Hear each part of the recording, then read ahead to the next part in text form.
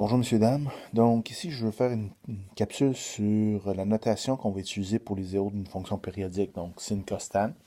Étant donné qu'il y en a une infinité de ces histoires-là, comment est-ce qu'on note ça pour être capable de ne pas être obligé de nommer toute la série? C'est impossible, mais arriver avec une écriture qui soit quand même assez utile et pratique.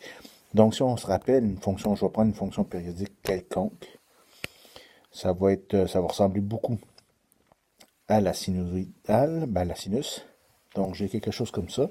Quand je cherche à indiquer les zéros, c'est quoi un zéro? C'est la valeur de x sur y est égal à 0. Donc, j'en ai un ici, j'en ai un ici, j'en ai un là, un là, un là, un là, un là. Bon, alors j'ai une infinité. Donc, comment est-ce que je fais pour nommer ça ou trouver ça? Donc là, ça devient problématique. Qu'est-ce qu'on peut faire? Qu'est-ce qu'il faut remarquer? C'est que j'ai toujours une période. Donc, cette longueur-là entre le premier zéro ici et le zéro correspondant, c'est la période. Si je regarde mon deuxième zéro qui est à ce niveau-ci, son zéro correspondant dans la deuxième période, c'est encore là une période plus loin. Donc, comment est-ce qu'on peut faire? Supposons ici que ça c'est 0, puis ça c'est, mettons, pi sur 2. Donc, comment est-ce que je peux faire pour générer tous mes zéros? Mon premier zéro, c'est juste une question de notation ici. Mon premier zéro, plus, comment je fais pour générer les autres? Dans le fond, c'est la période. Donc, j'ajoute la période ou il faudrait que je sois capable d'enlever la période. Il faut que je sois capable d'ajouter la période une fois, deux fois, trois fois, ainsi de suite. Donc, on va dire plus n fois la période. Donc, n, c'est un entier quelconque, tout simplement. Qu'est-ce que ça veut dire? C'est que si je dis, 0 plus 0, si je dis n est égal à 0, donc 0 fois la période, ça tombe à 0. Donc, j'ai ce 0 ici. Si je prends la période une fois, donc n est égal à 1, donc 0 plus la période, donc ça va m'amener à ce point ici, qui est un autre 0.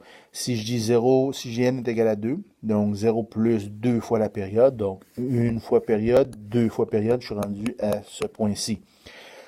Allons-y à l'inverse maintenant. Si j'ai n est égal à moins 1, il peut prendre la valeur moins 1, donc n moins 1, ça veut dire n, ça veut dire 0 moins une fois la période, donc je me ramasse à ce point-ci. Donc je remarque que je peux générer presque tous les zéros. Ça, c'est pour ce zéro-là. Mon deuxième zéro dans la première période, c'est dans ce cas-ci que j'ai noté, c'est pi sur 2.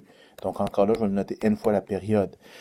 Donc, encore là, si n est égal à 0, ça génère ce zéro-là. Si n est égal à 1, ça va générer le 0 suivant qui est ici, ainsi de suite. Si n est égal à moins 1, ça va générer le 0 qui est ici.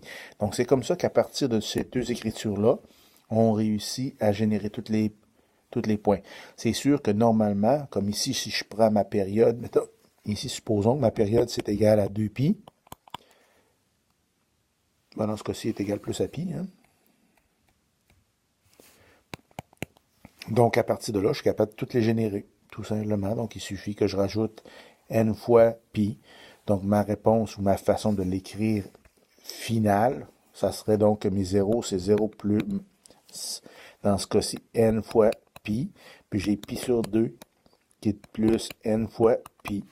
Donc ça ici, c'est mes deux zéros et en même temps, ça génère tous mes zéros. Ce qui va me permettre, à partir de cette information-là, quand j'ai savoir que c'est croissante, décroissante, positive, négative, c'est avec ces points-là et cette nomenclature-là, donc on va le m'écrire. Tout ce qui me resterait à faire pour les zéros ici, c'est de l'écrire comme il faut. Donc les zéros, c'est quoi? C'est 0 plus n fois la période ici qui est pi. Puis le suivant, c'est pi sur 2 plus n fois la période. Donc, avec cette écriture-là, n est toujours un entier. Avec cette écriture-là, donc, je suis capable de générer tous les zéros. Donc, c'est juste une façon de voir, une façon d'écrire. Je m'en suis servi dans la capsule pour la tangente, sans l'avoir utilisé cospicine. Donc, je revenais là-dessus pour faire ça. S'assurer qu'on soit capable de bien toutes les noter. C'est comme ça qu'on fait. Peu importe la période, peu importe les points. Ça me prend toujours les deux premiers points dans le cycle, puis après ça, dans la période. Puis après ça, je suis capable de générer tout avec n fois la période. Je vous laisse là-dessus.